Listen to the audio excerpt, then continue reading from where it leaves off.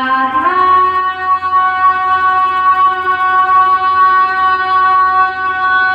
स्वामी राधा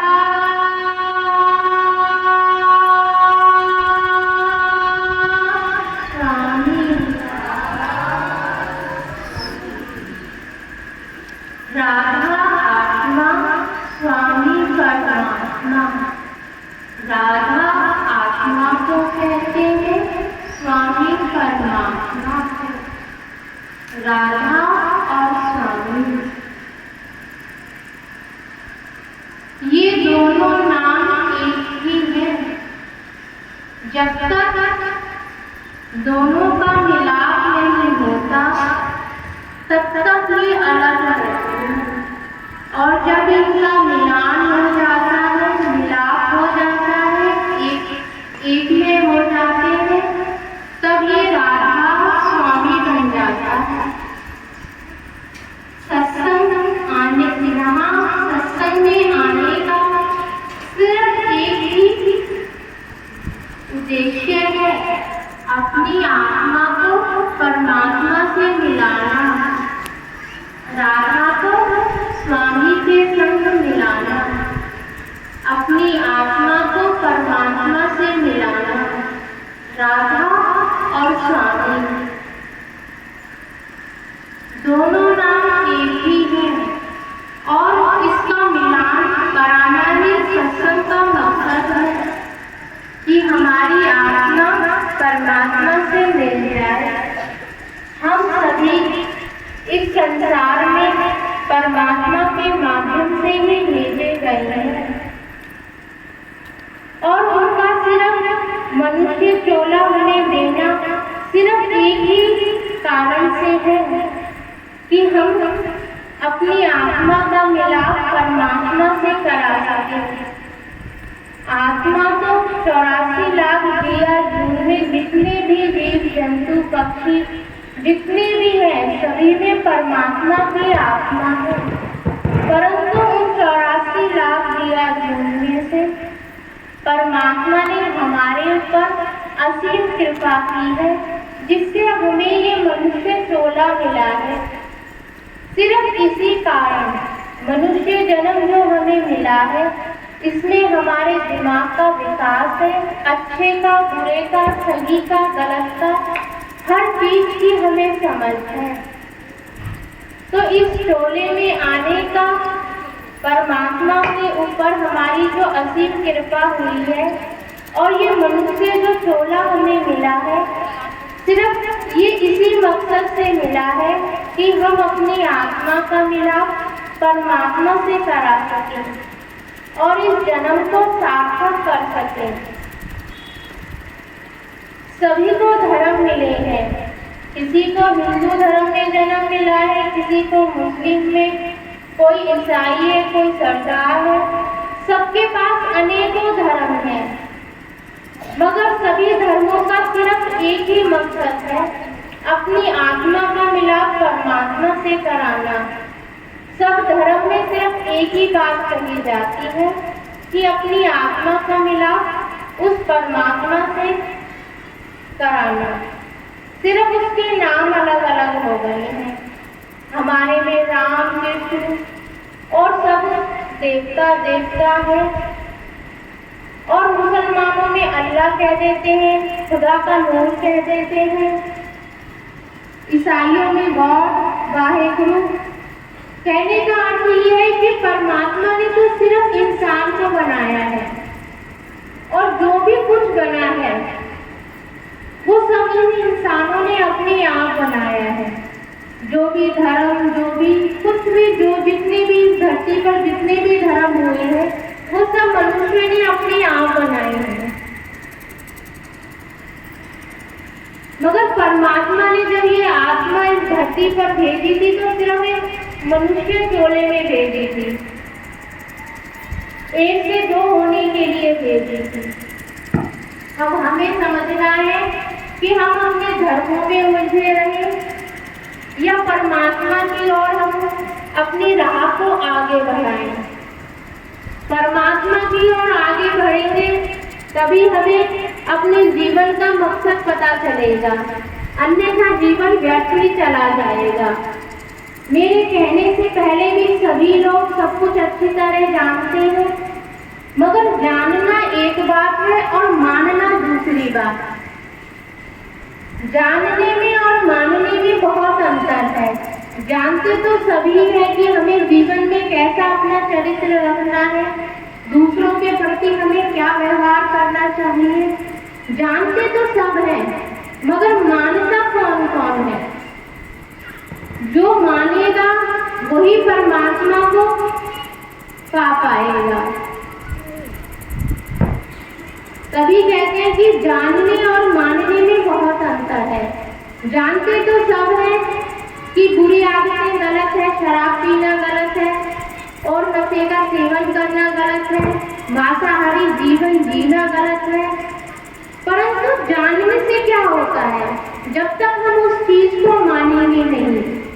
यहाँ पर जो भी सत्संग में आता है, बाहर बोर्ड भी लगा हुआ है जिस पे लिखा हुआ है कि मनुष्य को शाकाहारी जीवन जीना चाहिए, किसी भी प्रकार के नशे का सेवन नहीं करना चाहिए।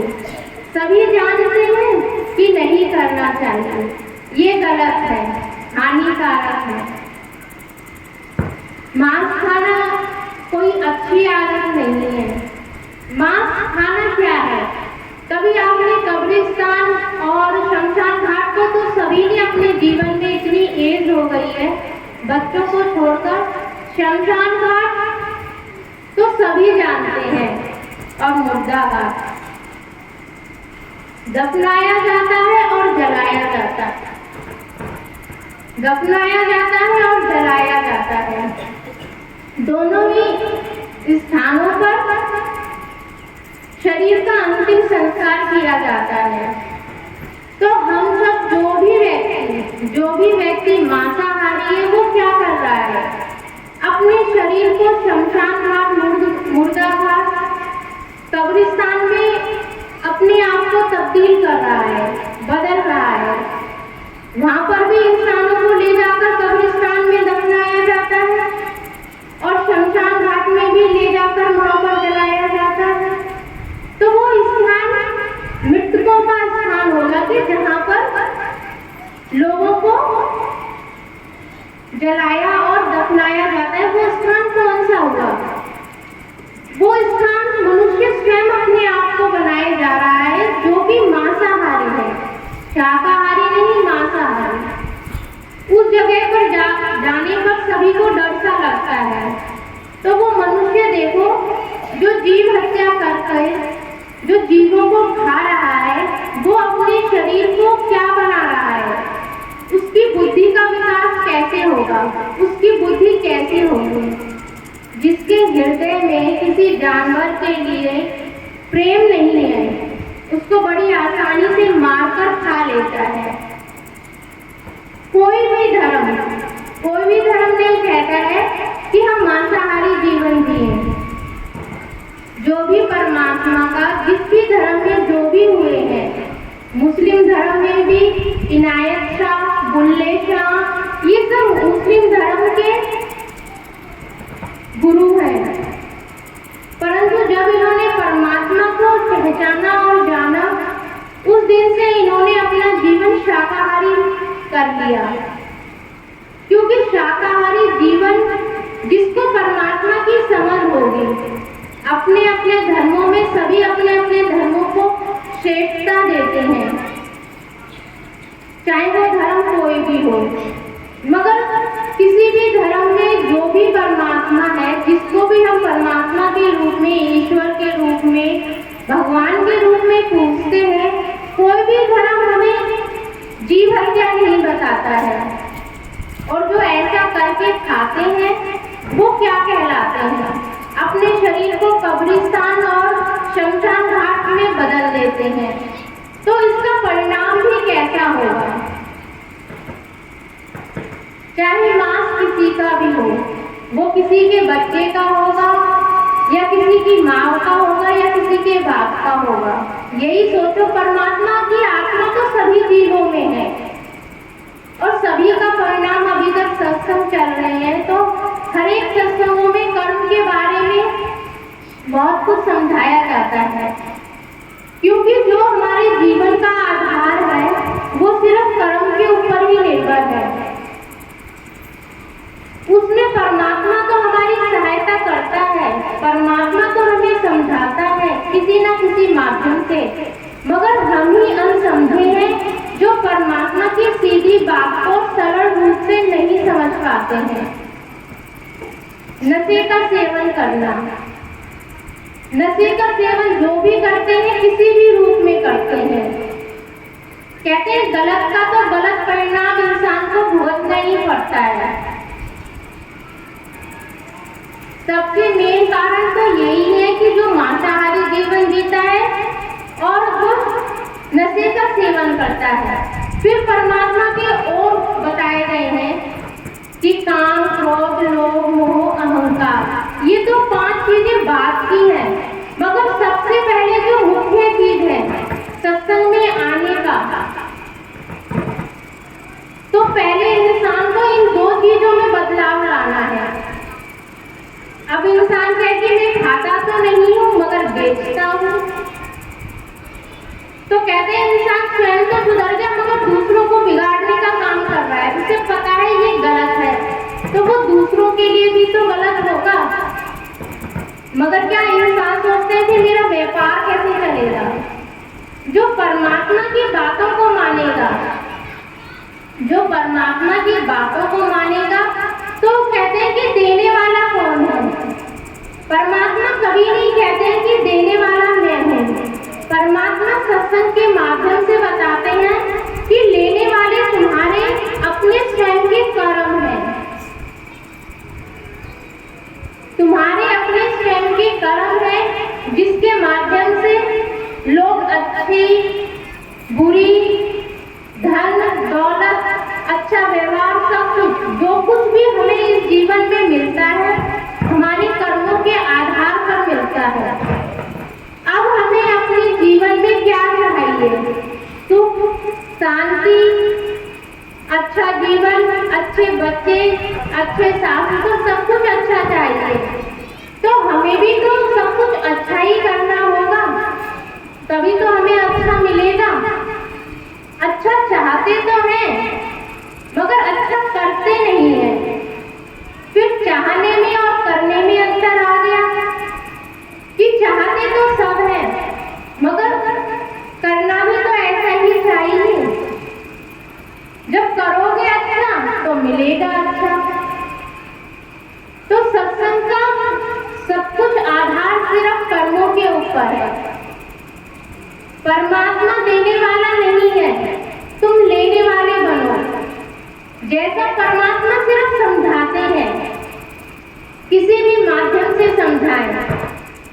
हम जिस भी धर्म में हैं, कोई भी धर्म में किसी का भी सत्संग हो, किसी भी गुरु का सत्संग हो, सत्संग का अर्थ तो सिर्फ सत्य का संग करना और सत्य के बारे में जानना।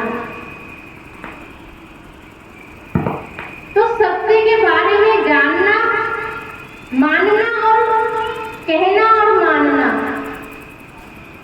तो इन बातों को हम समझें कि जानते तो सब हैं मगर मानता कौन कौन है। यहाँ पर बैठे जितने भी लोग हैं, स्त्री है, पुरुष है, बच्चे हैं, जानते तो सब हैं कि पढ़ाई हमें पढ़नी है, अच्छे नंबर लाने हैं, मगर मानता कौन कौन है? खेलना सबको मन करता है, सबको मतलब जानने और मानने, चाहे हम अपने आप को बच्चा समझ लें चाहे बूढ़ा समझ लें। तो इसीलिए जिन बातों को हम जान चुके हैं उन बातों को हम मानना भी शुरू कर दें। छोटी सी बात पर क्रोध लेकर आ जाना, जब हम सत्संग में आ गए हैं तो हम जानते हैं कि क्रोध लाना अच्छी बात नहीं है, तब भी क्रोध ले आते हैं। अहंकार करना अच्छी बात नहीं है, तब भी हम अहंकार कर लेते हैं। तो इसलिए परमात्मा कहते हैं कि जानते तो